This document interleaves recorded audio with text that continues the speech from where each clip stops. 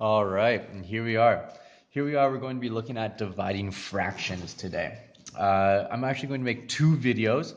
The first video is going to be dividing fractions when they have common denominators. And the other video is going to be about dividing fractions when they are uncommon denominators. So let's look at the first one first.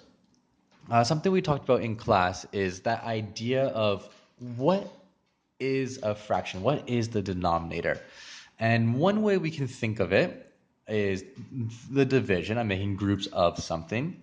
The other way we can think of it is as a counter, right? And what I mean about this one, if you've heard me say this multiple times in class, is if I have, let's say, 13, that's a bad example. Let's say I have 20 fifths, okay?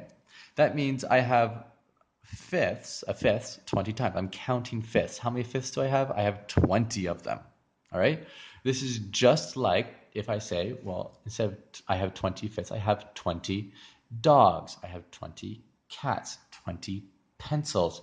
It doesn't really matter what it is I have 20 of those things. Okay, I have 20 fifths.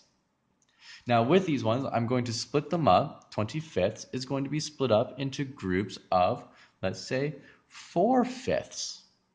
All right, so I have 20 fifths. I'm making groups of 4 fifths. This is just like I have 20 dogs. I'm making groups of 4 dogs. Or I have 20 pencils. I'm making groups of 4 pencils. It doesn't really matter. But what matters is that I'm counting the same thing.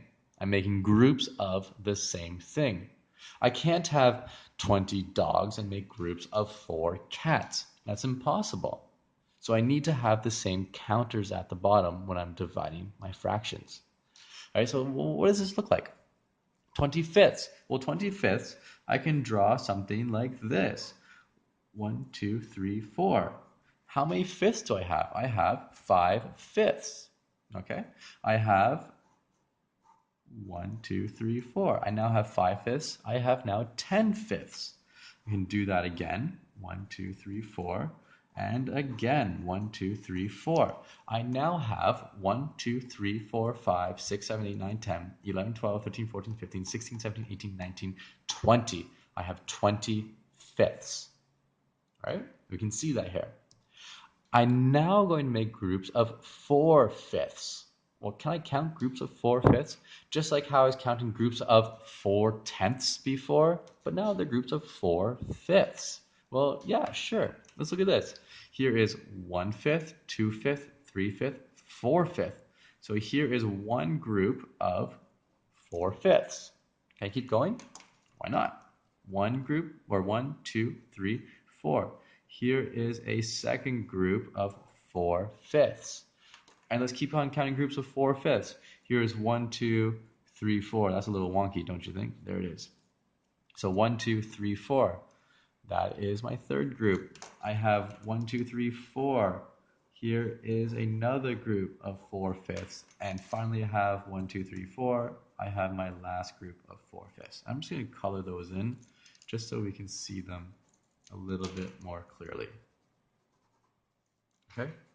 So how many groups of 4 fifths do I have? 1 group, 2 group, 3 group, 4 group, 5 groups. So here, 20 fifths split up to groups of 4 fifths is the same as 5. And what happens when I have common denominators is it doesn't really matter what I'm counting. These counters don't matter because it's the same thing. I'm counting the same things. So really, I have 20 things. I'm splitting up to groups of 4. How many groups of 4 do I have? I have 5 groups of 4. So 20 fifths divided 4 fifths is the same as 5. I have 5 groups of 4 fifths when I have a total of 20 fifths. Okay? Hope that helps. The next video is going to be looking at if I have cats and dogs, uncommon denominators, and how I can make them the same so I can count them. Okay? Catch you in the next one, and I'll see you there.